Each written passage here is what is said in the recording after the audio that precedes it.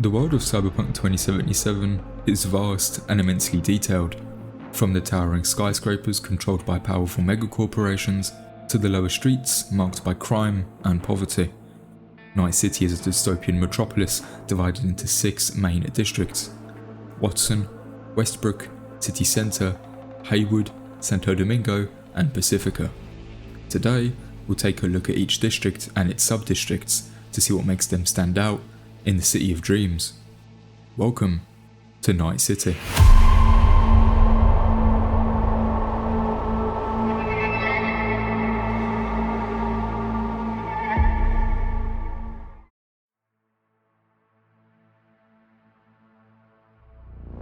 Watson was once a symbol of prosperity, a place where people could live, thrive, and dream big. In the 2040s, wealthy Japanese corporations invested millions into the district, transforming it into a booming hub of innovation and luxury. It had everything a high-ranking corpo could want, but when Arasaka returned to Night City after the Unification War, everything changed. The district never recovered. Today, Watson is a place of contrasts. Overcrowded, crumbling, yet still full of life.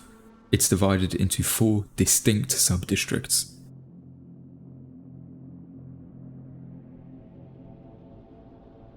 Once envisioned as a second city centre, Little China was originally developed as an extension of downtown.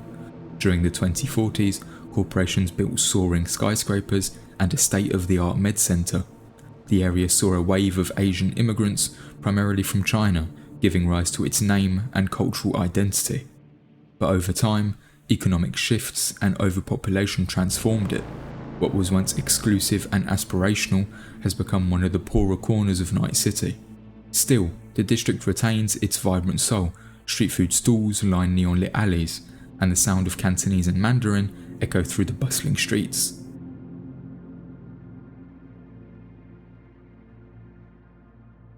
Kabuki once thrived in the shadow of the med center, a proud achievement of the Japanese medical corporations. During the corporate golden years, it prospered alongside Watson's booming healthcare industry. But after Arasaka's return, many corps were dissolved or relocated across the Gulf. Kabuki fell into decline, its fortunes almost reversing overnight. Today, it's infamous for its lawlessness and underground markets. Implants, black market brain dances, combat drugs, even snuff recordings, you'll find them all in Kabuki's web of alleys. It's the city's beating heart of illicit trade, alive with danger and opportunity.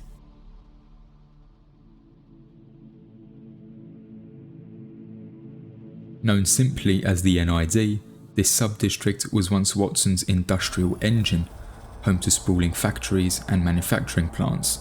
But now, it's a hollowed-out relic. Most facilities stand abandoned or half-functioning, repurposed into illegal braindance studios and gang-run warehouses.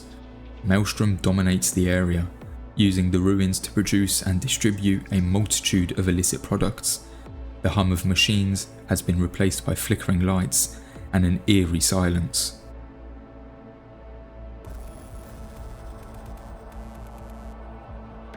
At the edge of Watson lies the Arasaka waterfront, a heavily fortified port and a vital node in Arasaka's local supply chain. Hundreds of shipments pass through each month, all coordinated by automated drones and robotic loaders. The entire area is locked down like a military base. Electrified razor wire, motion sensors, armoured gun turrets, and a towering security wall that ensures nothing enters or escapes without Arasaka's blessing. It's a steel citadel looming over a district in decay.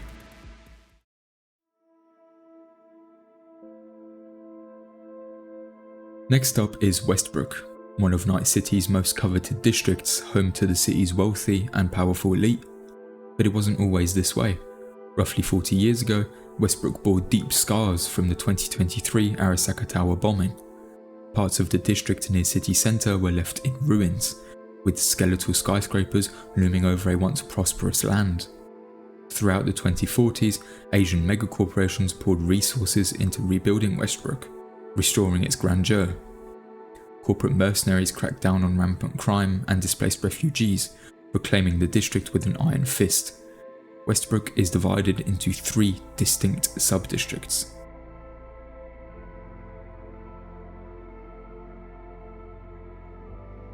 Japantown is a vibrant hub, predominantly inhabited by people of Japanese descent. By day, it bustles with tourists drawn to its bars, upscale restaurants, gaming parlours, the magnificent Cherry Blossom Market, and the serene Shinto temple. When night falls, the district transforms into a hotspot for nightlife. Clubs, fancy brothels, and casinos light up as corpos, rich thrill seekers, and tourists spend their eddies. But the streets don't belong to them entirely. The ruthless Tiger Claws gang rules Japantown after dark with an iron fist.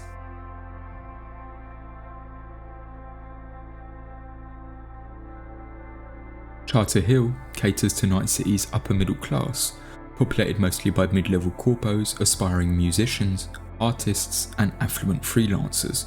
Constructed during the rebuilding, the neighbourhood is clean and orderly, a sharp contrast to the chaos found elsewhere in the city.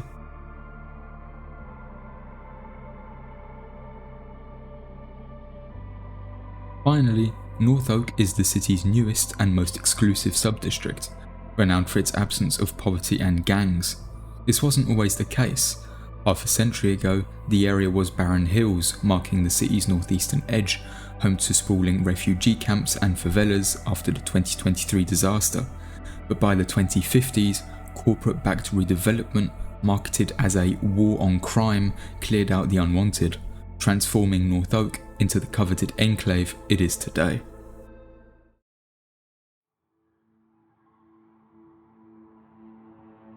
City Centre is the beating heart of Night City's financial and corporate world, a dazzling maze of offices, mega buildings, neon-lit pubs and strip clubs.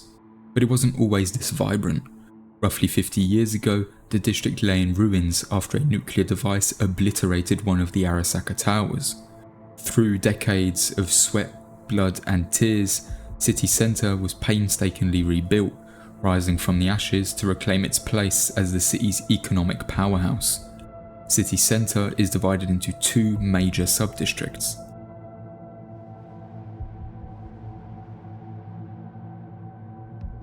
Corpo Plaza stands as a towering testament to megacorp resilience and power. Rebuilt after the devastation, its imposing skyscrapers house the sprawling offices of Arasaka and Militech, the very rivals whose conflict nearly destroyed the city half a century ago.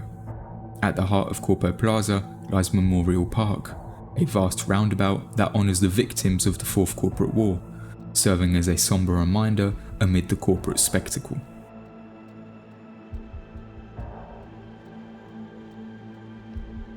On the other side, downtown is one of the newer sub-districts. Constructed in the aftermath of the Arasaka Tower incident, it's a bustling mix of towering apartment complexes, sprawling office buildings, upscale restaurants, and sleek corporate hotels. Always alive with pedestrians, traffic, and a flood of billboards and holographic ads. Downtown pulses with energy and commerce. Yet, beneath the glitz, the shadows remain.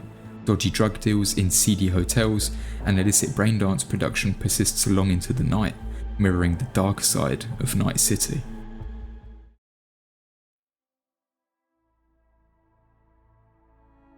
Haywood is Night City's melting pot, diverse, sprawling and sharply divided.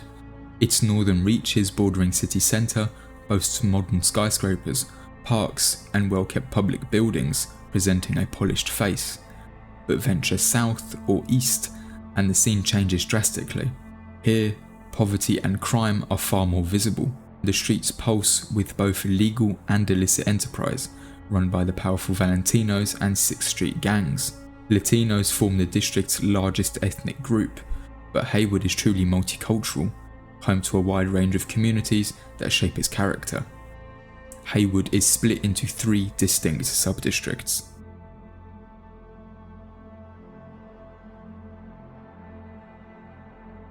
Wellsprings strikes a delicate balance between safety and street life. Its western edge, close to city centre, is the newest and most upscale, home to the district's upper class. Travelling southward, buildings grow older and smaller, but affordable housing remains available without losing all sense of dignity. The eastern side, however, bears clear signs of gang influence, walls tagged with Valentino's graffiti and a palpable tension hanging in the air.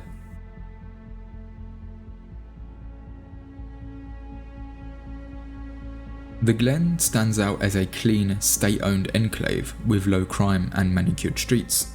Anchored by landmarks like Reconciliation Park, a peaceful green space, and the newly built City Hall surrounded by stately architecture, it projects an air of order and affluence. Yet only a few blocks away, the veneer cracks. Poorer neighbourhoods show their rough edges, dominated by the Valentinos, with occasional 6th Street incursions.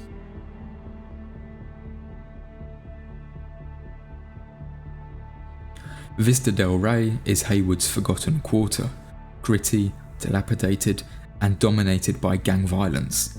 The Valentinos hold a near total control here, their presence etched into the empty streets and crumbling buildings.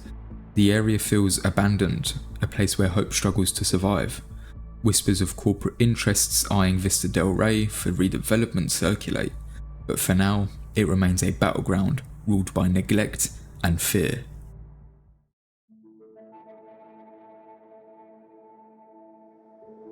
One of Night City's oldest districts, Santo Domingo's unique location spared it from the devastation of the Fourth Corporate War. Instead of ruin, it became a refuge for tens of thousands fleeing the chaos. Today, Santo Domingo has returned to its roots as the city's sprawling industrial park and power hub. The district is constantly in flux. Corporations buy and sell parcels of land, tearing down old factories to make way for new ventures. Santo Domingo is divided into 2 distinct sub-districts.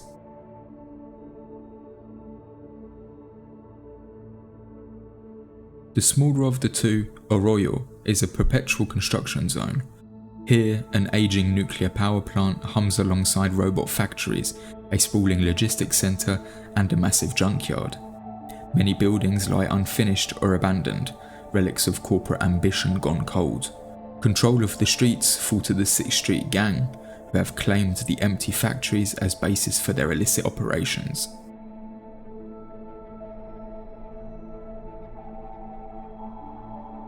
Rancho Coronado, the larger sub-district, feels like a town unto itself nestled within Night City. Originally marketed as worker housing for Arroyo's factory labourers, its cookie-cutter homes recall the suburban developments of mid-20th century America. This self-contained neighbourhood features shops, bars, schools, parks, restaurants, and even its own metro station linking it to the wider city. Though under the watchful eye of the 6th Street gang and largely ignored by the NCPD, Rancho Coronado isn't paradise, but compared to many parts of Night City, its residents enjoy a relative sense of stability and community.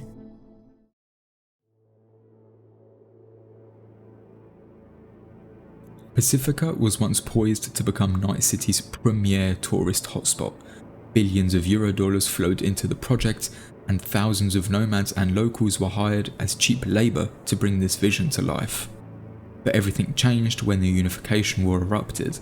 Investors pulled out their funding to focus on the conflict, leaving thousands homeless and desperate.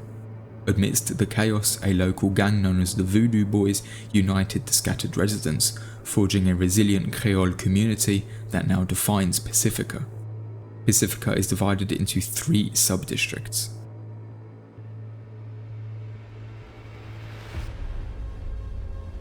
These 2 sub-districts go hand in hand. In the 2070s, near the war's end, some investors attempted to revive Pacifica's original dream, but the locals had already taken control, fiercely resisting any corporate interference.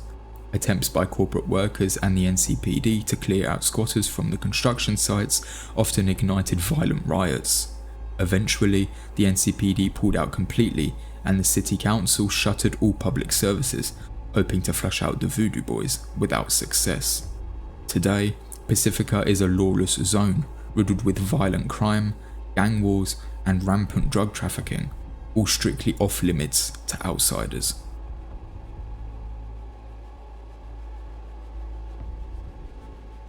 The final sub-district, Dogtown, is ruled with an iron fist by Kurt Hansen and his private militia, Barghest.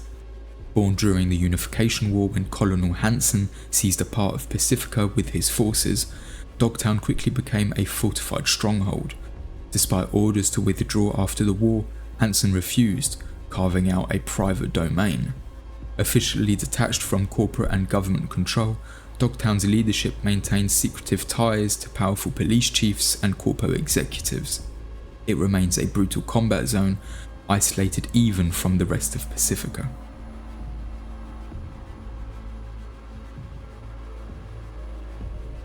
And so, our journey through the towering spires and shadowed alleys of Night City draws to a close.